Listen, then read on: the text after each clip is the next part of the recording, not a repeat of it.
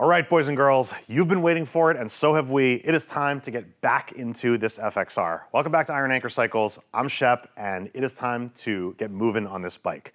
So I know a lot of you, myself included, have been waiting a long time to see the continuation in this build series, and I think it's probably been about a year since the last installation, but that has not been something we tried to do. That was about parts, and basically, we had some stuff we wanted to do for the front end, and there were some components that literally took 13 months to come, but they are here now, so we're ready to keep rolling. I'll talk a little bit more about those parts and kind of what we went through with that when we get up to the front end, but for today, we're actually going to start with some other stuff. Now, I don't know how many of you remember where we left off, to be honest. We didn't remember where we left off. We rolled this bike out of the corner, dusted it off, and kind of just started looking at it to make sure that everything we thought was done, and kind of remembered what needed to be done next.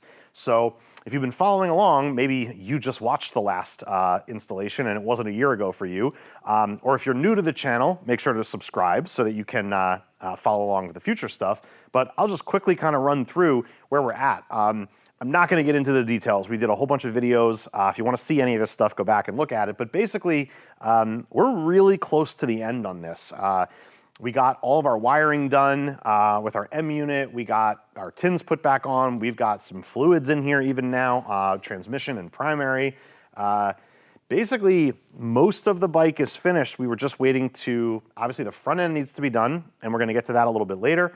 But where we're kind of focusing on for today is, obviously we've got an old brake caliper hanging here. And if you remember, we put this wheel on when we did the chain kit, so that's all set up on the left side. And the swing arm obviously has been done. We did a video on that where we replaced the cleave blocks with spherical bearings. But what's obviously missing from here is the new rotor. And we've got the rotor, we've got a Tokiko radial caliper, and we've got a radial caliper mount to go on here. So in addition to those things, we're also just gonna not skip any steps, and keeping with the trend of how this video series was, anything that might need to be serviced or rebuilt, we're just gonna do it right now so this bike is 100%. So we've got a new stainless brake line to go on here. It is actually stainless in color. We weren't able to find a rear brake line for this bike in like a black or like a black pearl like we got from Magnum.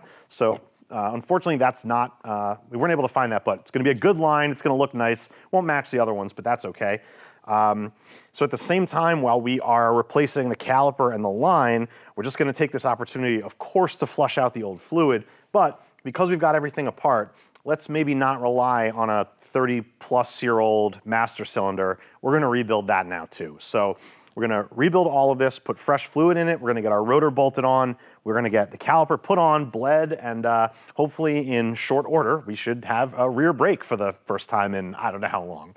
So we're gonna start there, we're gonna do all of that, and then we're gonna continue on with moving up to the front end. We're gonna get this old one off, and we're gonna start putting the new one together. So that's all gonna be in this video. So this is not gonna be the last installment in this series, but what we are gonna accomplish in this video is the rear brake, get the rear end totally finished, move up to the front, and get that all assembled and done. So that's gonna be this installation. So if you're interested in any of that, stick around.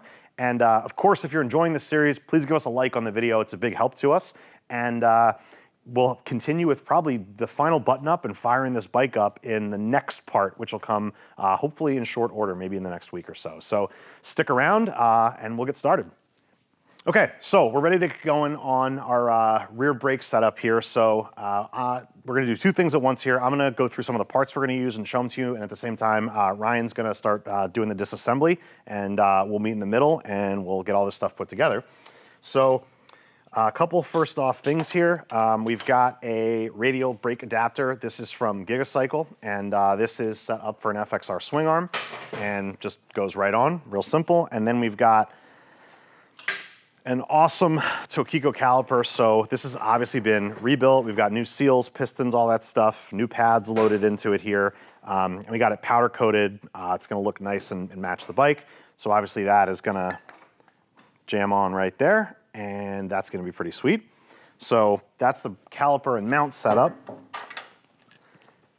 This is the brake line I was talking about. So this is a little unique, obviously, because what you've got here is a banjo fitting, obviously, on both sides, but then you've got your brake light switch built in here as well. So finding one of these that was the right setup with the right angles, right sizes, was maybe a little harder than it should have been. So we've got this one, which is not black, but I think it looks okay. So we're rolling with it. We've got a rotor. Nothing too remarkable to write home about on this. Rear floating rotor. It's going to match the front ones really good, so that's no big deal. And a couple little add-ons that maybe were not entirely necessary, but are just going to give us a nice amount of, I guess, security for the rear end is, first we got a stainless rear axle from Bare Knuckle. These are a little expensive, but I think I couldn't just leave that old crummy axle and nut on there with everything else being done. So we decided to do an axle. And then we've also got a set of axle adjusters, also from Bare Knuckle. And these are super cool. I mean, you can get them with like kind of anything written on the back there, but we opted for the, is that focusing there? I hope so. We opted for the ones that had the FXR kind of logo on there, which is pretty cool. So all this stuff is going to go on. What we're going to start with here is, obviously we've got a rotor to go on that wheel. I'm just going to throw that on. We're not going to move the camera and show you that. I think we've done it before. Just plop that rotor on and put the bolts in and be good to go. And then we'll check back and we'll be over here working on the master cylinder, flushing this system out, and getting the new line and caliper on. So we're going to get rolling and we'll go from there.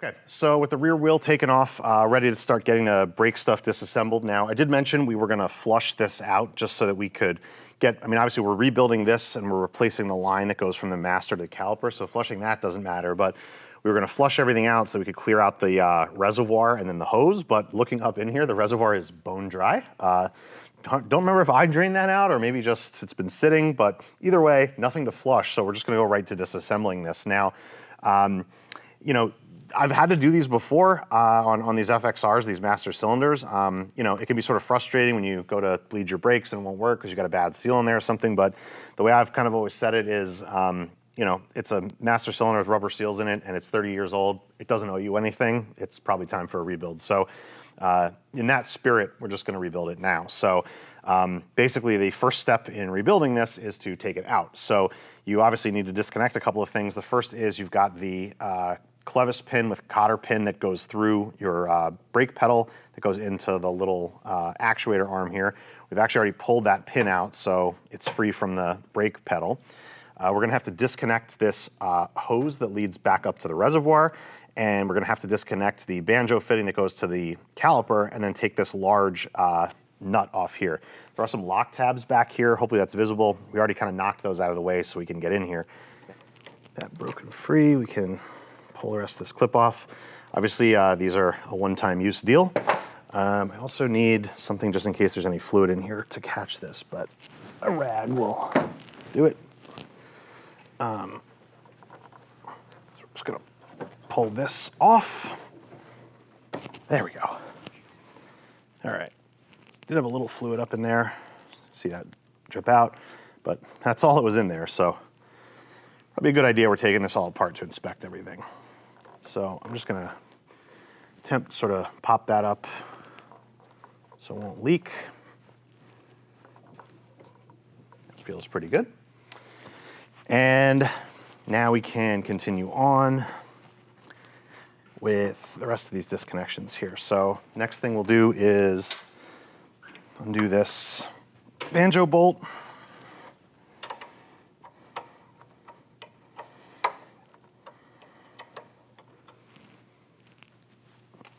And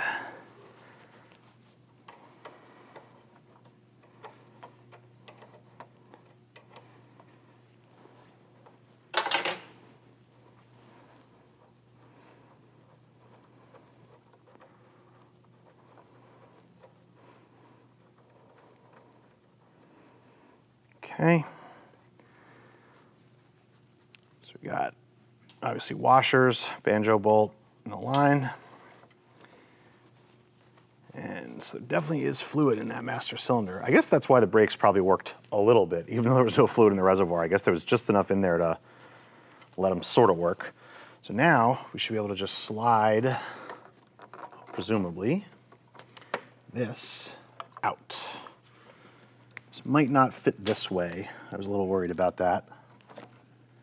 Yeah, I don't think it's going to. Oh, maybe. Maybe. There we go. Okay. So now we got the line and the caliper off. Just going to set these aside. And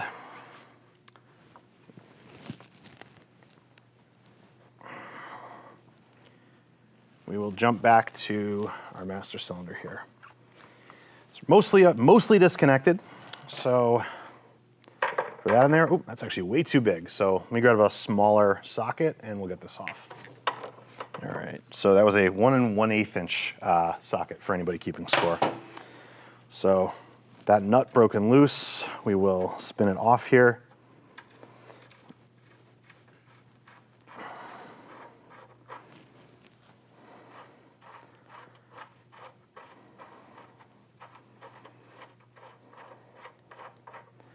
Okay, so there's that guy. And then it's the lock tab I was talking about.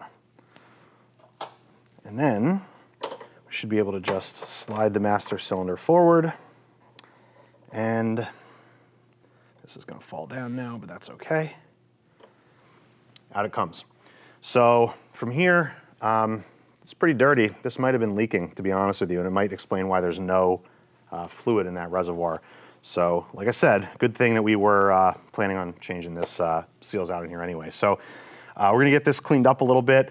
Going to take this over to the workbench, get the new seals and stuff put in, and we'll check in and keep moving. Okay. So brake master cylinder is currently being rebuilt. While Ryan's working on that, I'm going to start putting the rear wheel with our new caliper bracket back into place. So we've kind of got something to bolt everything onto.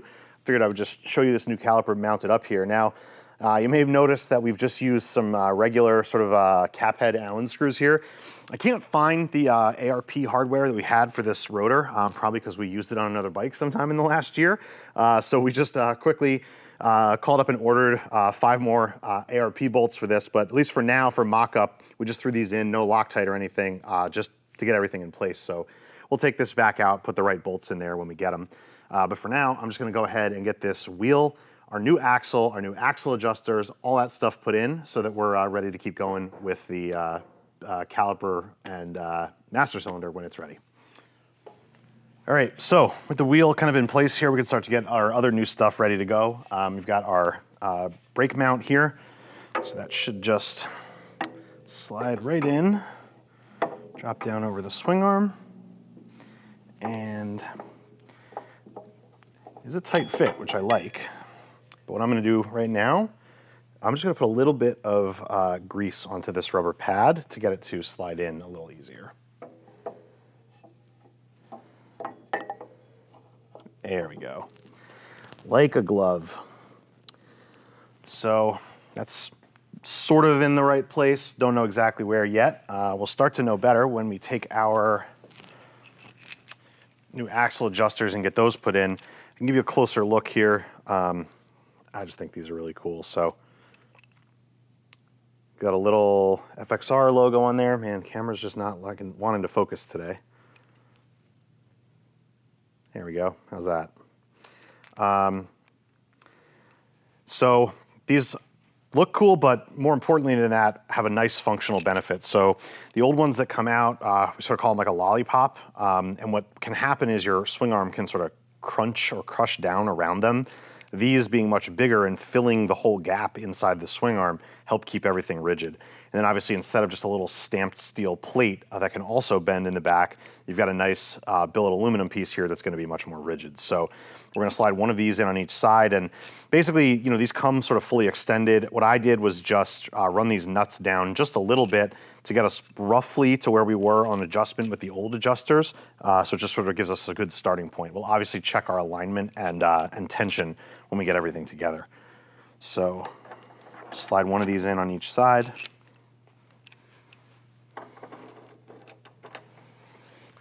All right, and now I can sort of line up our caliper mount there. That looks pretty good. All right, so now I've got a one wheel spacer to get in on each side, and then we've got our new stainless axle to go in. This pretty simple, just regular axle goes right in. There's a specific torque spec for these, which is 55 foot-pounds, and then there's a pretty cool nut and retaining circlip or E-clip that goes on there.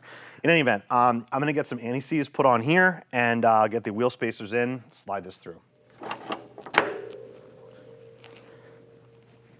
Okay, just got our axle poking through here. Put our little pretty cool stepped grooved washer and new nut on here.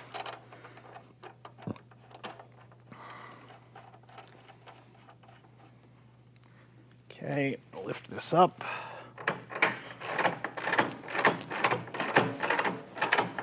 All right, so our chain is quite loose, and that's all right. We'll get our adjustments done in a bit. But for the moment, what we're trying to do is just have this mocked up in place. And now what I want to do is just see how that caliper falls into place. And damn, that looks awesome. So what I'm looking at now is I want to see where the pads are sitting on the rotor, try to see if we need to space this at all. And this is actually perfect. Yeah, this definitely does not need to be spaced off at all. We got exactly where we want to be on the caliper. Yeah, I'm digging this. So basically we're just going to bolt this in place and we'll be ready to keep going. So just grab these bolts here.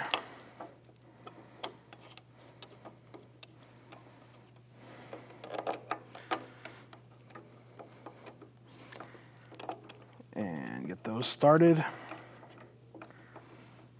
Cool. That's that. So now I'm just going to need to grab our banjo bolt, get this connected on here, and we'll be ready to put the master cylinder back in. So we'll grab that stuff, we'll reposition, and we'll continue. With our new caliper on back here and the line run ready to get the freshly rebuilt master cylinder back in here. I didn't video doing the rebuild on the master cylinder, but basically you just get yourself the kit and it's very simple. You'll see a bunch of snap rings, just start taking the snap rings off, the whole thing will come apart, put the new pieces in, snap rings back on, lubricate it with some brake fluid, and you're good to go.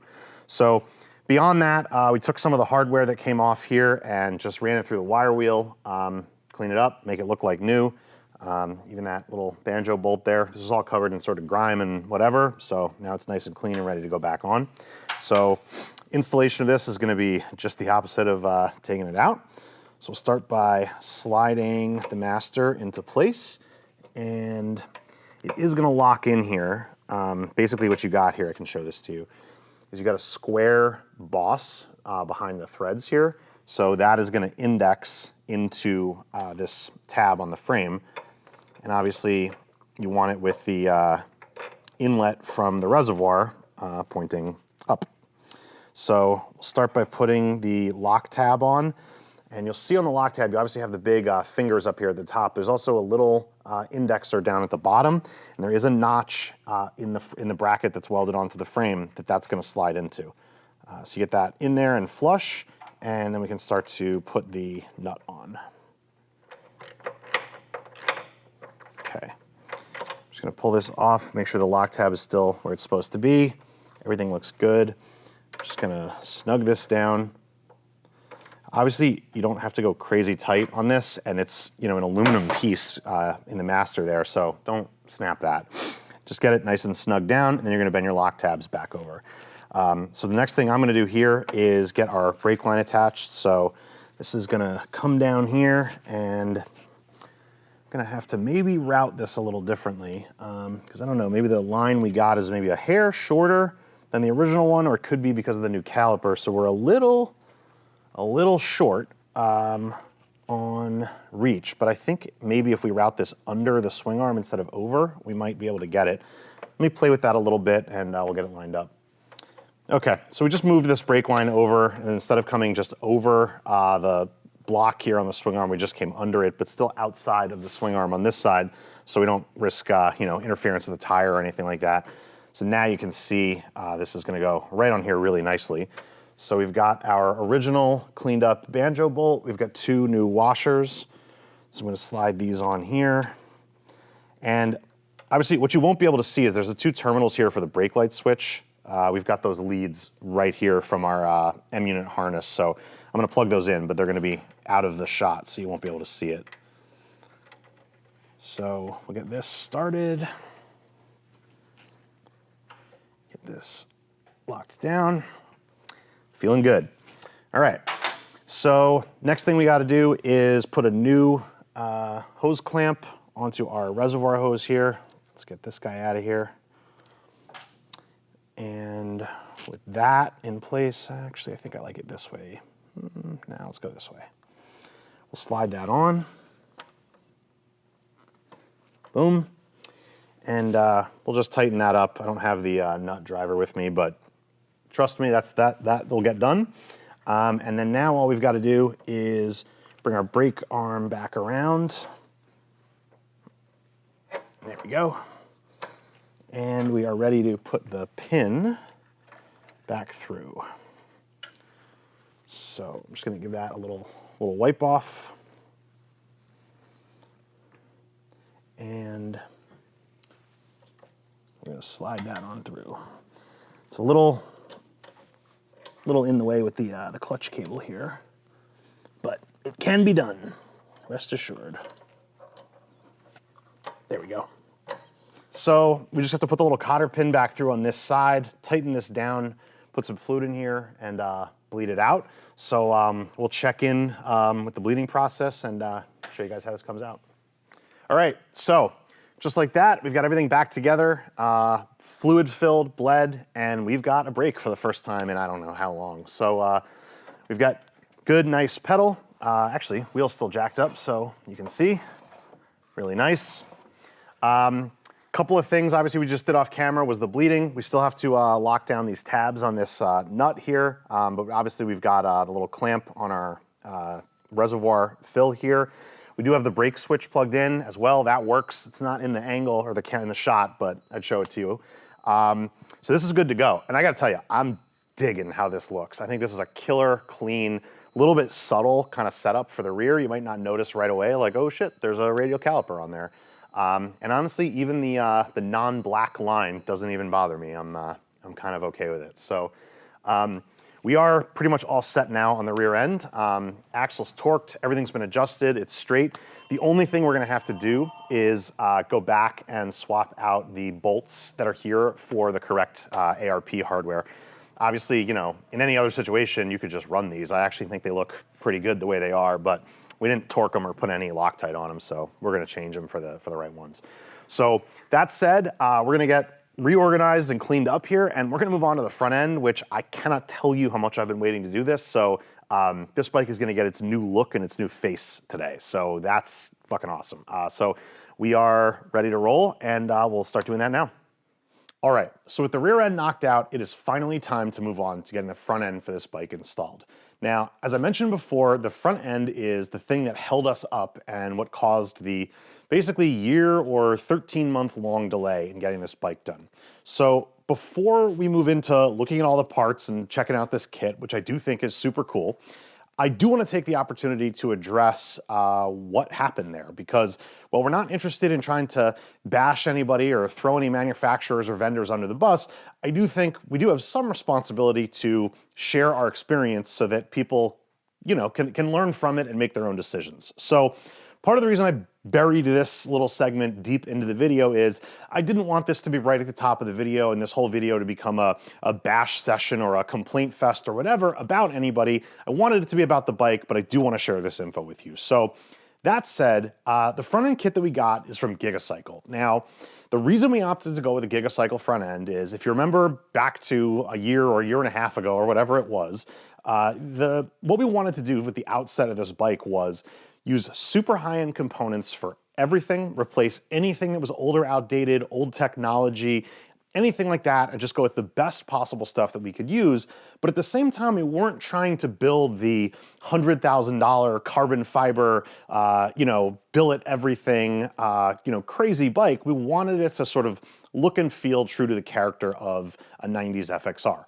So while we had the opportunity, of course, to go and spend 2 or even 3 times as much money on a front end going to Kraus or Öhlins directly, or anybody like that, we could have done that, but we elected to go with a Gigacycle front end because it uses very high-end components, but it does it in a budget-friendly way where they're repurposing inverted fork legs essentially for a Gixxer, and they're making the brackets and all the other parts to make it work on an FXR.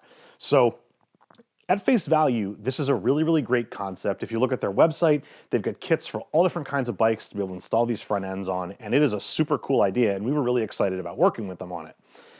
That is maybe where our excitement ended, and we, I think, ordered this front end kit in November of last year. Maybe it was December, I might be getting that wrong, but it finally arrived towards the end of February of this year. So it's over a year to get this thing delivered, and as we'll see when we look through it, there are some new components in here, but a lot of this stuff is kind of either remanufactured, some stuff that they make, but the truth is that we really just got a lot of, I would call it, for lack of a better word, song and dance from Gigacycle on what was causing the delays. It was, we have the parts, they're going to anodizing, oh, we have them, they're going to anodizing, they're back from anodizing, well, we have this part, but we need that part. So over the last year, we'd get a box delivered, every couple months, and we'd see a tracking number and go, oh my God, like, the front end's finally coming. And we'd open up the box, and inside of it was, like a brake bracket or, a set of rotors or whatever, but piece by piece by piece. It just sort of came, and we just really never got a straight answer as to what was going on. And while I do have a lot of, patience and sympathy for supply chain issues and all the stuff we were experiencing in, 2021, that was really not, I don't think, a really good excuse for why it took as long as it did in 2022.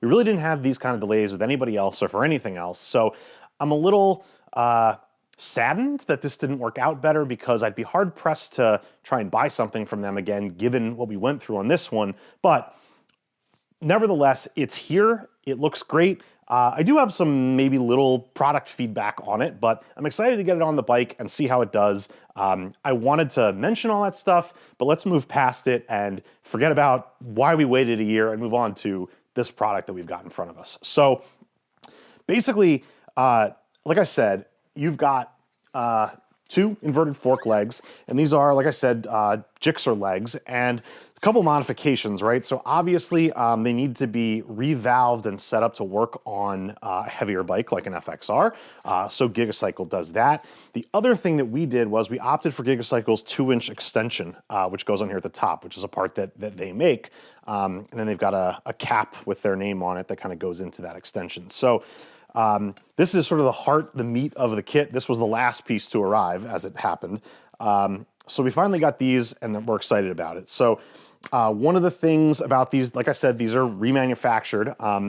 I think they could have been cleaned up maybe a little bit better than how we got them. That was one of my sort of feedbacks. The finish on them is not awesome, but I think it's good enough for what we're doing.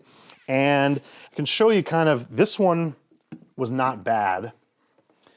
This one was the one that maybe left a little something to be desired. So if you look here, you can sort of see how it's got some nicks and some little gouges. Hopefully the camera's focusing there.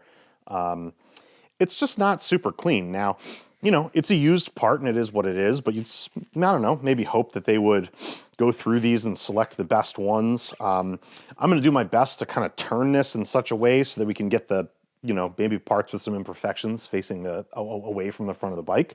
But in any event, hopefully they're going to work really well. So one of the big things here, other than being an inverted front end, we obviously have our adjustability, which is super important in terms of rebound and compression, as well as preload, and of course, set up for radial brakes, which was a big one for us. So in addition to the legs and 2-inch extensions, we've got a bunch of other parts that are sitting here, and the next thing maybe I'll show you is, this is another Gigacycle part.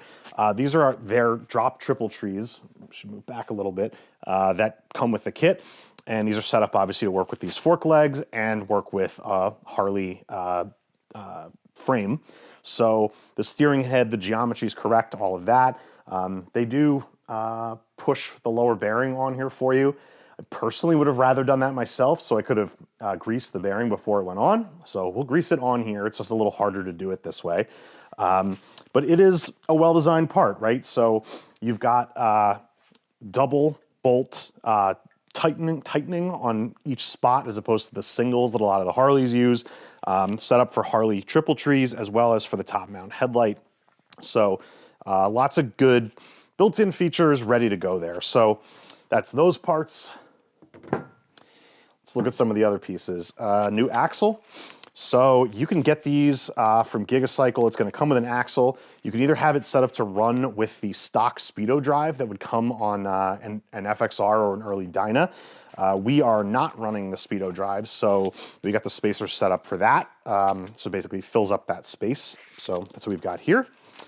And what else? Let's see. We've got adapters for the front wheel. So obviously this front end is a little wider than what a narrow glide is. So basically these spacers are going to move the rotors out to where they need to be. And so these will bolt onto the wheels, the rotors onto there. And then that's what the rotors look like. I dig these a lot. These are pretty cool. They're not the fanciest thing in the world, which is totally fine by me because I like simple stuff. But a nice, you know, black floating rotor. And I do like this sort of wide bolt pattern that sets up to work with these adapters. So basically that's going to go in there like that. I dig that. That's pretty cool. What else? Another really nice feature for the Gigacycle kit. There's a bunch of pieces right here, which you're not going to maybe really be able to see that well. But this is a, this is a cool feature of their kit that maybe not every kit has, which is what those brackets are to do is to adapt your stock fender to run with this front end. So, you know, I know a lot of people are perfectly fine to go to like a carbon fender or maybe something else, but for us, with the paint set we had, not running our front fender was not an option. So that had to happen, so glad that we have the ability to do that. Basically what's left here is we got a whole bunch of hardware, triple tree bolts, caliper bolts, all the bolts for the brake rotors and for the fender kit, bearing for the top of the steering head. So that's all the parts, and I think our next step is going to be we're going to go back over to where the bike is. We'll get the old front end off, and then we'll start getting the new stuff set up. This is not a difficult thing to install. Really no different than just installing any other front end. So we'll show it to you. It's going to go quick, and we'll get to see what the new stance and face of this bike is in really short order. So stick around.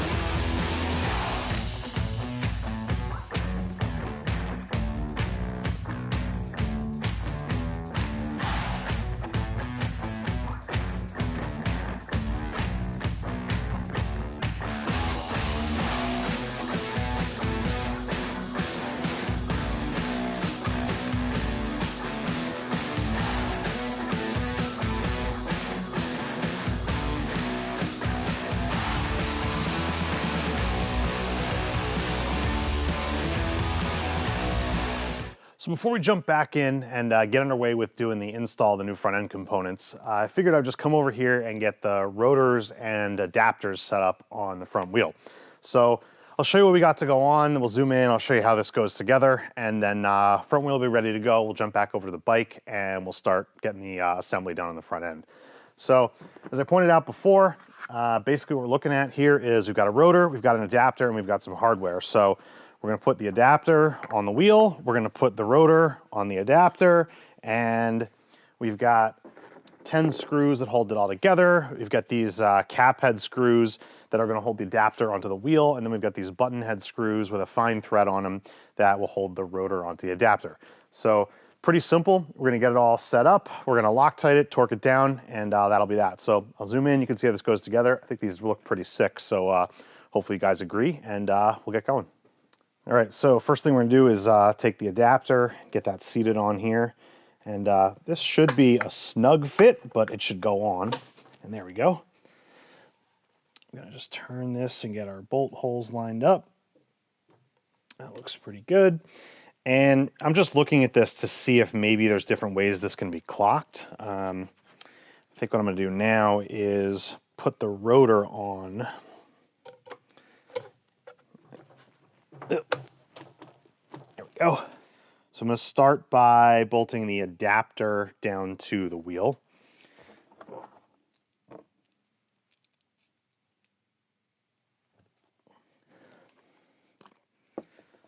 All right, so we got hardware.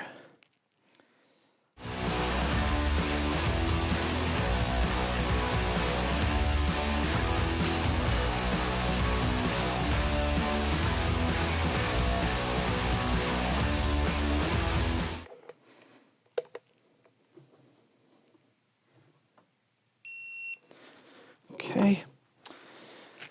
And then next is going to be our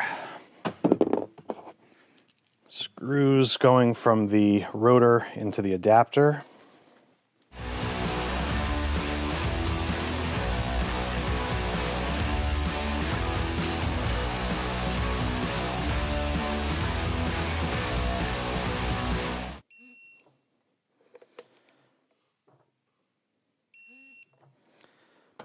Cool. So that's that. Pretty simple. Just a little bit more involved than putting on a regular rotor, but just a couple more screws, that's all. So I'm gonna flip this over, do the other side, do that off camera, and we'll meet back over at the bike and continue with what we got to do over there. All right, so with the wheel taken care of, we've got that put aside and ready to go in when the time comes. But for now, we're back over at the bike and ready to start getting the front end installed. So the first step in that is going to be dealing with the steering head and obviously the bike side of the steering head as well. So the new front end triple trees come with new bearings, both the bottom and the top. But in addition to that, you're definitely going to want to take a look at the races in here. And in my opinion, when you have this apart and you're putting new bearings in, always change the races, no matter what. So in our case, they got to go, even if that wasn't my policy. There's some wear marks in here. I can feel them with my finger. That's really not surprising on a bike of this age. The bearings, when we took the old steering head out, did have grease on them, which was a nice change of pace, but still a lot of wear that's visible on the race in here. And once we get these out, maybe I'll show it up to the camera so you can see what I'm talking about. So we've got a new set of races to go in, and the first step is going to be we're going to knock these out, and then we're going to press the new ones in, and then we'll move along with getting the steering head installed. So I'm going to get started on that. We'll show you how all that goes, and we'll get moving.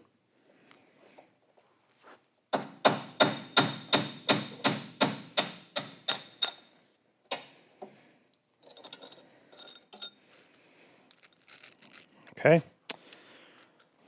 so there's our first race out. Let's see if I can kind of come in here. So I'm not sure if those wear marks are going to show up on the camera or not, but they're there. So put this one aside, get set up to do the bottom.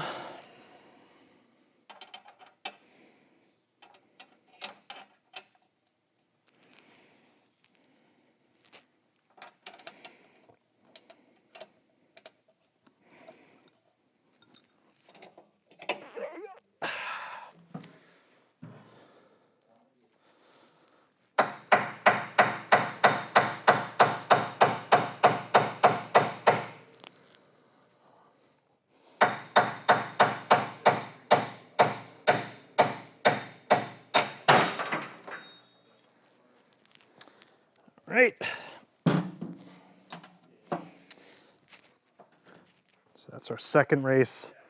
This one doesn't look like it's in quite as bad shape as the top one, but you can definitely still see the wear marks in there.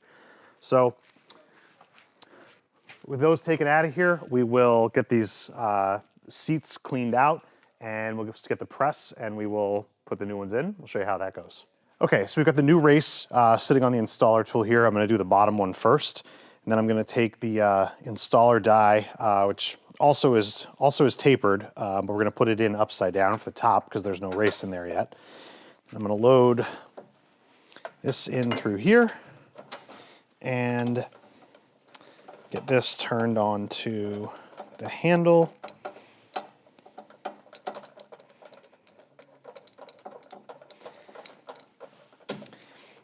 You can do this a little easier if your tank is off because you'll be able to spin this top handle. But I've found on a lot of bikes, the handle, even if you put it on the bottom, there's not enough room to turn it. So I usually just use the handle as a hold, and then I'll just take a drift and then turn the other side of it where there's room. So get that seated in there. So with this seated here, we'll just take a drift and push this through and simply spin this in.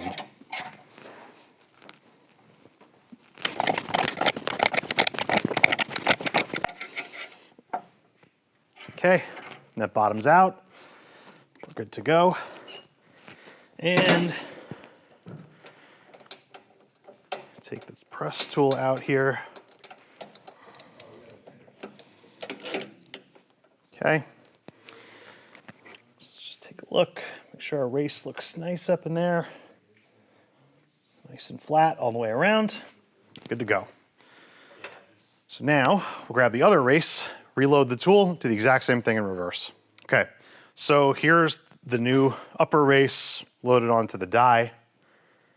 That's gonna sit like that. We're gonna put our rod with the other die on there, up through, and go ahead and get this tool started.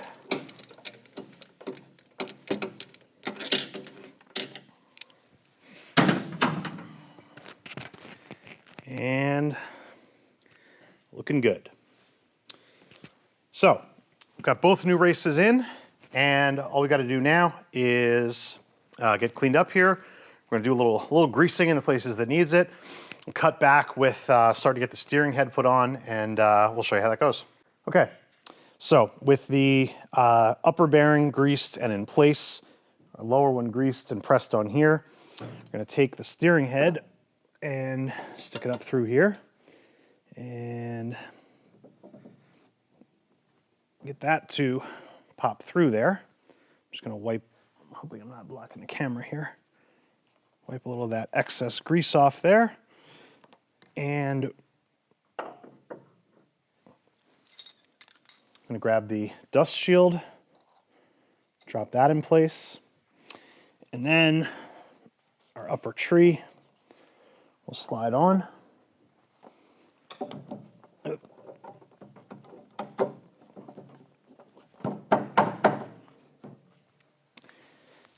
And that'll be held in place with a bolt and a washer.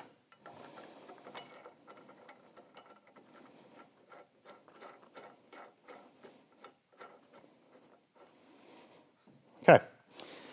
So get that sort of tacked in place there, if you will. Now what we're going to do is we'll come back and start to get the rest of this set up. We are obviously going to have to deal with our fall away, and we'll get that set up once we get the rest of the fork put together. But for now, this is sort of in place for the moment. Let's get the fork legs and we'll keep going. So from here, what we're going to do is get the legs slid in. Now I'm going to kind of just get them both mocked up in place. We're going to confirm that they're at the exact right height once we get them both in. I'm also only going to temporarily tighten down the bottom pinch bolts. We're going to leave these top ones loose in order to set our fall away, so that when we make adjustments on the tension on this bolt, that the top and bottom triple trees are free to move apart from one another to set that bearing end play. If you have them both tightened down, it's not going to do anything. So we'll just carefully slide this up.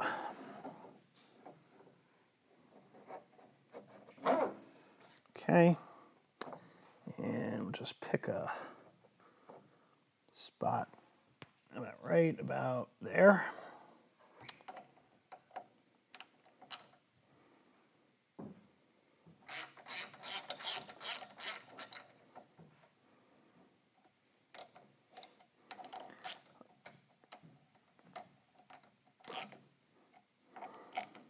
Okay. So now just go ahead and grab the other leg, and I'm gonna do the same thing on the other side, and then we'll confirm the heights and make sure that they're in the right spots and the same as each other, most importantly.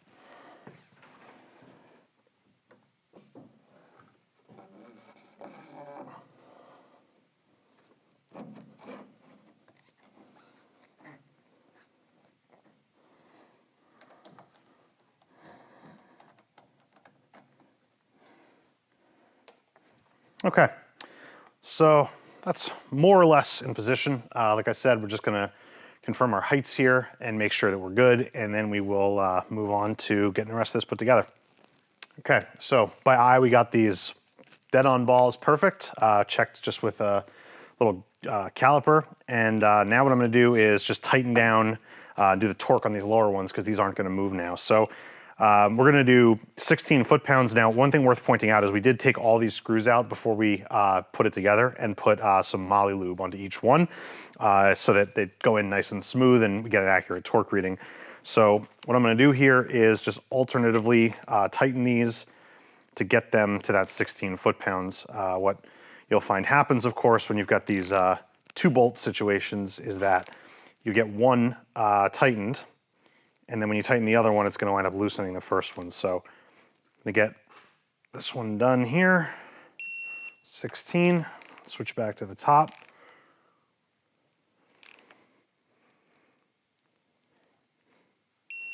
$16, go back to the bottom. So this one's probably loose now.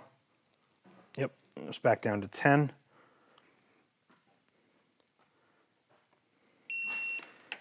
So we're gonna just, basically it should be less movement each time.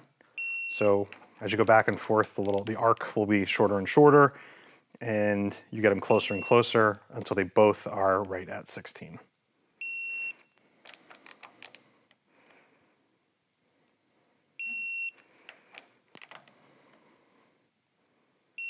Boom. So there's one.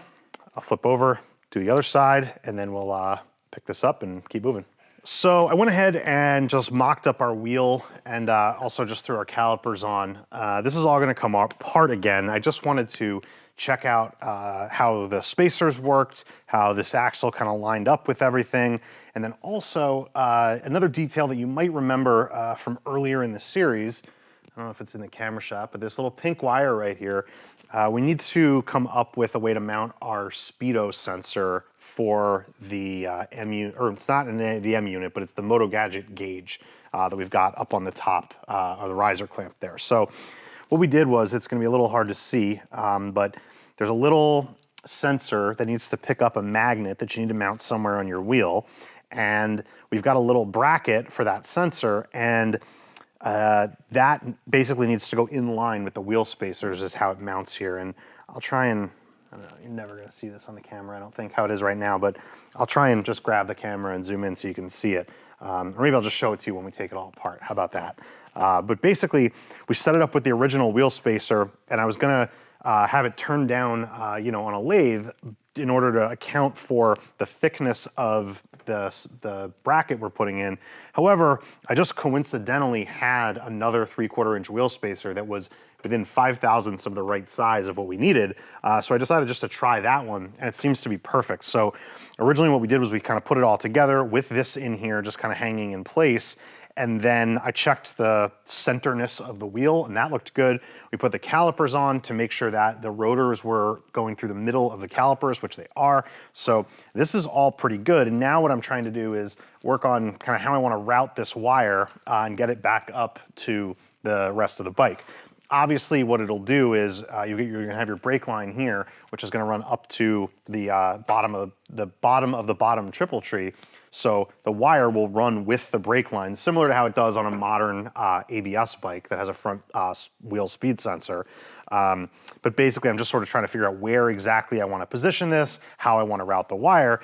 Then what we need to do is take this wheel back out, and we're going to have to figure out a way to mount a magnet into this wheel. Now, this works out really well for us. You know what I'm gonna do? I'm gonna move this around and I'm gonna zoom in so you'll be able to see it. Okay, so here's the sensor. Now, obviously we don't have the axle bolt tight, so this can still sort of swing around, and we'll find its permanent location once we figure out how we wanna run the wire. But what you can see here is that basically when you tighten up these little nuts here, what you get is it's essentially a pickup. And as the wheel spins by, the idea is that this sensor will be connected by the magnetic field. So basically it will learn to count the number of revolutions that the wheel makes, and then you set up the math such that you can basically program it to know how many wheel revolutions equals X number of miles an hour, which is the same way your speedo pickup in your transmission on a modern bike works, where it knows how many rotations of first gear, second gear, third gear, fourth gear, fifth gear, sixth gear, etc., how many revolutions of each of those gears equal X number of miles an hour. So this will work the same way. It's just external because our transmission doesn't have that pickup. So what you can see here is that obviously, you know, there's a radius, and if you sort of stuck a magic marker through this hole, imagine that, and you drew a line as you sort of spun this around, you can put the magnet anywhere on that line. Now there are some specs as to how close that sensor needs to be to the magnet, but what I think we're gonna do is, because where it happens to land, and this works out really well for us, is it's that aluminum spacer. So there's plenty of meat behind it. So we're gonna mark on here where it lands. We're gonna drill a small hole into that aluminum spacer, which is inboard of the rotor, and we're going to put the magnet into that hole and epoxy it in place. So I think that's gonna work really well, and it's gonna be super slick. You'll probably never even notice it's there. We'll set it up so that magnet is flush with the rotor spacer, and then we'll just set the height of the speed pickup to the height that it needs to be from the spec. We'll run the wires, calibrate it, and we'll have our speedo. So that's pretty cool. So what I'm gonna do from here is, I think, probably start to do the mock-up for getting that hole drilled, get that magnet in place, and then perhaps at the same time we can start to plumb the brakes and get that ready to go. We'll also need to go back up to the top and get the handlebars put back on. We also need to do our follow-away measurements. We got a bunch of things to check off, so we're gonna keep plugging along, and we'll show you what progress we make here. So here's our rear wheel, about ready to go back in. This little silver dot right down here, this is the new magnet that we just put in there. What I originally said I was gonna do, I wound up changing up a little bit. I was going to drill a hole and sort of set it in there with epoxy, but it wound up working out that I was able to actually, just because this is aluminum and the magnet is obviously steel, I was able to kind of do it a little undersized, I guess, and then just sort of tap it in with a punch, and it just sort of seated itself down in there. So I think hopefully it's okay.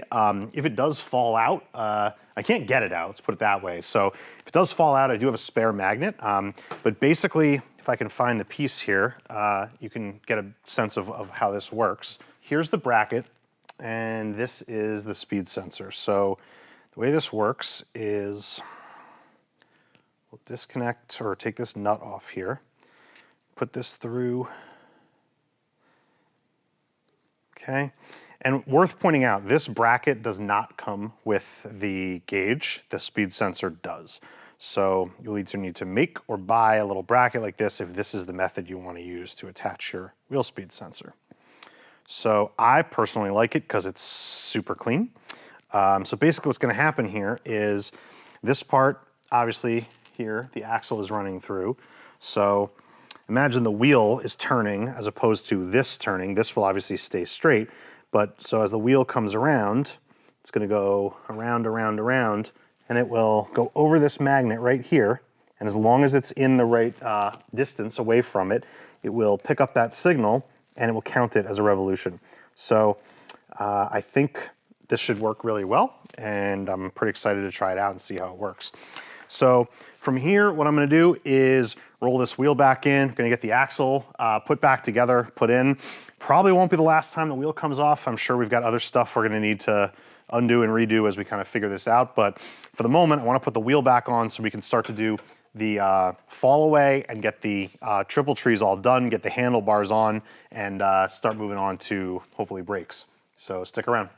Okay, so with the bike lowered back down, the next thing we're going to do, we did go ahead and just sort of do a preliminary set on the fall away. It's a little bit difficult to do it with the wheel vise here. You can't quite get the full spin out of it, but without doing the measurements and whatnot, I've got a pretty good handle on sort of what it's supposed to feel like. So it's not super hard to kind of get it where it's supposed to be. So I think we got it close enough for now.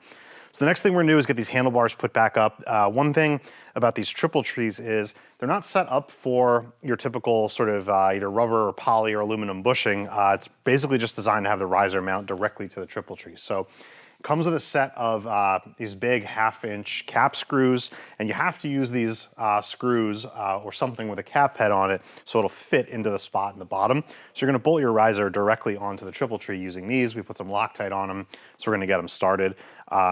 If you find, with a setup like this that you got, too much vibration or whatever because of not having bushings here, you could switch to a riser like a Kraus riser that has those isolators up in the top clamp. But we're gonna roll as is, and hopefully it works because the gauge we've got is only gonna work with a riser like this, so we're sort of locked in. So I'm gonna get these started and we'll start to see what this bike is kind of gonna look like.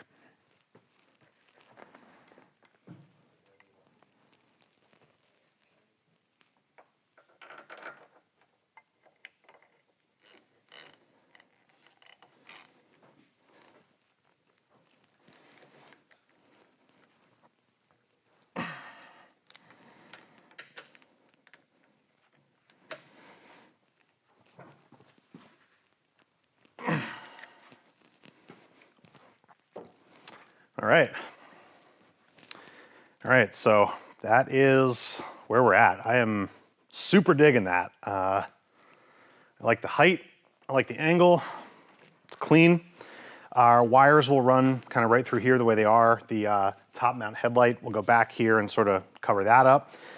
We've got to get our headlight connected and mounted, and got a couple other little things we got to do here. I think maybe we want to run these throttle cables through the triple tree. Right now they're kind of running behind it, but looks like it'll work better if we go through. So I think we'll probably do is just disconnect these cables, run them through, and then I think it'll look better that way.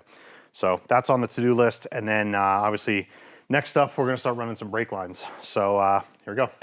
All right, so I'm not sure where we just left off, but just came up with a new plan of attack. We are going to skip doing the brakes and the throttle cables and all that stuff for right now. And maybe you can see behind me, the tank is off the bike. Realize that with the larger and sort of repositioned top triple tree, the throttle cables we had are too short. So you've got to get new ones. I also am not a huge fan of the brake lines that came with the kit.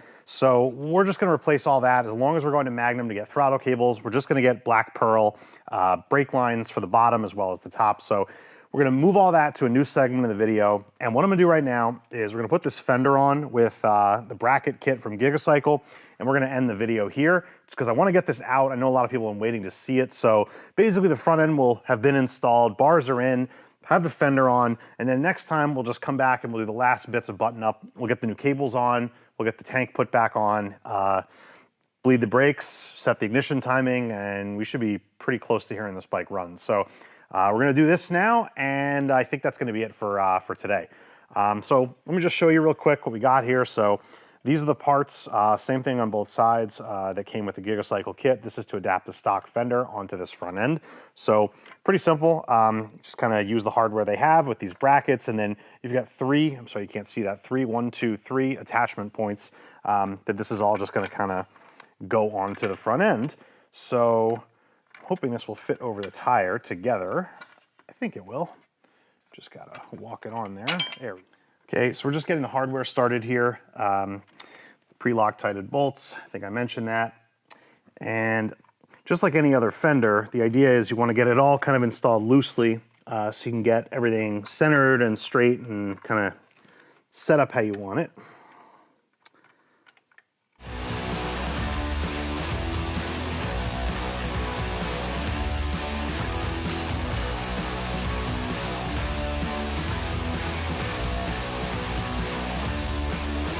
This, I think, is where we're gonna leave it for today.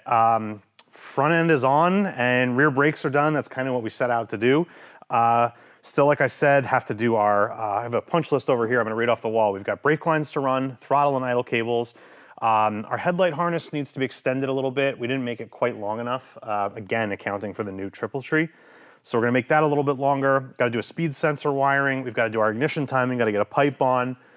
Check the fluids and put new plugs in, and hopefully we'll be ready to go. So This is probably maybe the second to last or third to last segment in this build series. So hopefully we'll have the next one coming soon. Definitely won't be another year-long intermission between them. But so that's it for right now. Subscribe if you want to see the rest of it. Hope to see you all back soon, and we'll see you next time.